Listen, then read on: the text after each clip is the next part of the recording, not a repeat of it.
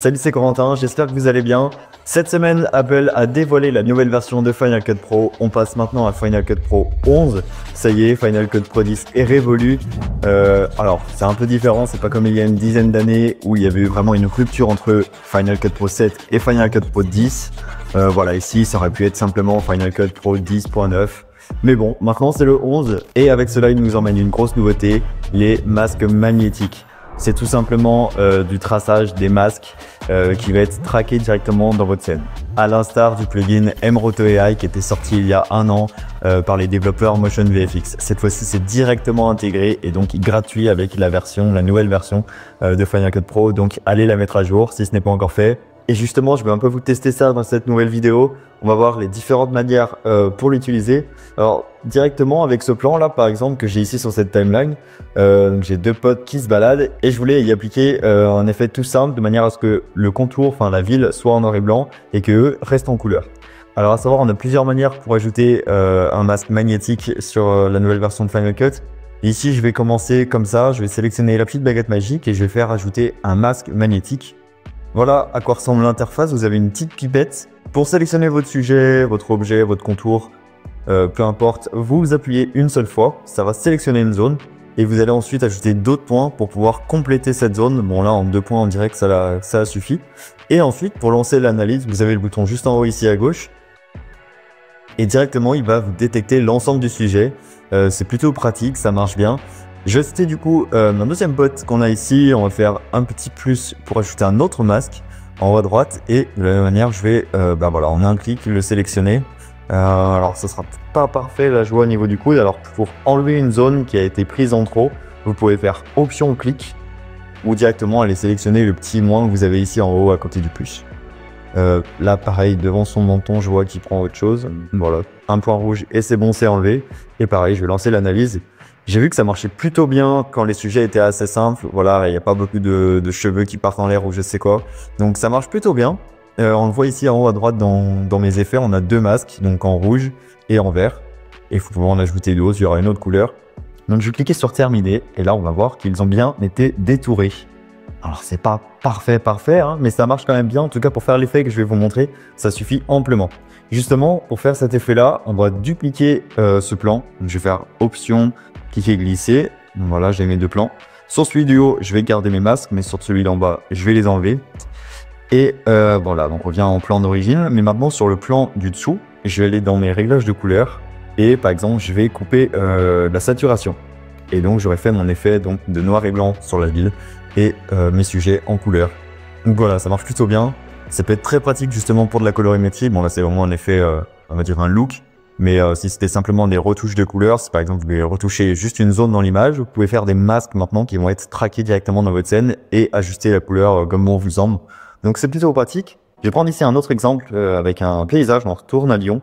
Et sur ce plan-là, je voulais du coup essayer de détourer, on va dire, détacher la partie de la ville et du ciel pour par exemple y faire apparaître un titre ou je ne sais quoi. Alors, on va le faire de la même manière. Je vais cliquer sur la petite pipette, ajouter un masque magnétique et là vous allez vous rendre compte. Ah, pourquoi il ne m'affiche pas l'interface? Je vais revenir dans mes effets ici. Voilà.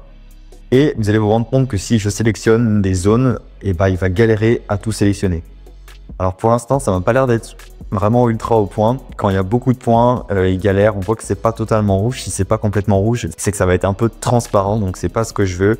Et voilà, j'ai beau ajouter des points, c'est pas parfait. Dans un cas comme ça, je vous conseille de réinitialiser du coup et partir de l'inverse. D'abord prendre le ciel.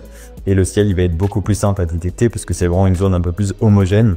Mais on voit qu'il y a des gros défauts là aussi au niveau des bâtiments. Je comprends pas honnêtement pourquoi cette intelligence artificielle finalement n'arrive pas à détecter parce qu'il y a vraiment un gros contraste entre le toit qui est assez foncé et le ciel qui est clair. Mais voilà, là c'est pas du tout parfait. Je vais quand même le tenter. Je vais lancer l'analyse. Si je clique sur terminer, on a du coup détouré le ciel. Alors pas de panique, je peux inverser ici avec la petite flèche en haut à droite. Je clique sur inversion et là je retrouve du coup que ma ville. Donc voilà, on voit que c'est pas parfait. Un peu dommage. Peut-être pour de la retouche de couleur, ça peut quand même le faire si on retouche notamment les basses lumières peut-être. Mais voilà, c'est pas parfait. Comme vous le voyez ici dans un autre exemple, j'ai pu détourer des voitures. Si je remets l'arrière-plan, voilà mon plan d'origine et j'ai pu finalement y détourer très facilement ces 2 modèles de voitures qu'on a ici. On a bien ici le plan avec le masque. Et avec des projets un peu créatifs, vous pouvez totalement y faire des petites transitions assez stylées, comme ça, où le sujet apparaît en premier, puis l'arrière-plan du sujet en second. Et là ici j'avais utilisé une de mes transitions que vous avez aussi sur mon site. Il va être dans mon pack AI Film World Transitions. Des transitions que j'ai fait avec une aide d'IA mais qui rend vraiment un truc super cool. Là ici ça doit être la transition 8. D'ailleurs je profite de ce moment pour vous préciser qu'en ce moment ma boutique est entièrement à moins 30% jusqu'à la fin du mois. Voilà, c'est le mois de novembre un peu spécial, donc profitez-en. Toute la boutique intégrale avec les bundles, tout est à moins 30%. Enfin bref, voilà du coup ce que ça peut donner pour des voitures. Là ici dans un autre exemple, j'ai pu m'amuser à appliquer directement un effet sur ici mon sujet, c'est un garant trottinette, et pourquoi pas j'y ajouter un titre derrière. Voilà, une autre idée qu'on peut faire avec ces masques de tracé magnétiques. Comme je vous l'ai déjà montré, ça marche du coup plutôt bien avec du détourage de personnes. Ici je voulais essayer un extrait d'une de mes dernières vidéos. Voilà, au niveau des cheveux, c'est pas parfait, mais bon, quand même, ça passe. Et dans ce cas de figure, on peut totalement imaginer un effet, par exemple, Electric Outline Effect, qui est un autre effet qui est sur mon site. Et de cette manière, assez facilement, finalement, on peut appliquer un effet assez cool pour donner un peu de dynamisme à une vidéo. Voilà, ça marche plutôt bien. De cette manière, on peut également faire apparaître un titre, par exemple, derrière des éléments, comme ici les tours à Lyon. Et justement, dans ce cas de figure, on voit qu'il y avait même eu 3 masques. Si je peux voir, ouais, voilà. Il avait du mal, en fait, encore une fois, à détecter la ville, comme je vous ai montré dans l'exemple tout à l'heure. Donc, j'ai appliqué 3 différents masques. Bon, pas le plus logique, finalement, mais ça marche. Donc voilà. Et un dernier point dont je voulais vous parler, qui est plutôt un fail. Dans cette nouvelle version de Final Cut, on a cette fois-ci enfin la possibilité, en théorie, de transcrire des sous-titres, c'est-à-dire générer des sous-titres directement à partir d'une vidéo. Plus besoin de passer par exemple par YouTube qui va vous générer les sous-titres. Maintenant, c'est directement faisable sur Final Cut, théoriquement. Je dis théoriquement parce que de mon côté, j'ai essayé plein de vidéos et impossible. Je pense que pour l'instant, il détecte que l'anglais et pourtant, à des fois, il m'a détecté de l'espagnol alors que c'était pas le cas. Je vous montre quand même, là ici par exemple, dans une de mes dernières vidéos sur mon avis sur les caméras de l'iPhone 16 Pro. En théorie, je devrais simplement sélectionner la vidéo, toucher encore une fois la baguette magique et ici, cliquer sur transcrire en sous-titres. Il a beau charger quelque chose, mais il ne se passe rien du tout. J'ai essayé sur une version plus longue d'une vidéo, il me détectait 3 mots et c'était même pas ce qui était dit dans la vidéo. Donc, pour ma part, c'est un grand fail. Dites-moi dans les commentaires si chez vous ça marche. Je sais pas si c'est un bug sur ma version ou quoi. Peut-être que ça sera réglé prochainement dans une mise à jour. En tout cas, je l'espère parce que ça peut être intéressant. Bref, voilà, c'est tout ce que je voulais vous dire dans cette petite vidéo. L'arrivée de Final Cut Pro 11 et notamment avec ces masques magnétiques qui sont quand même assez utiles.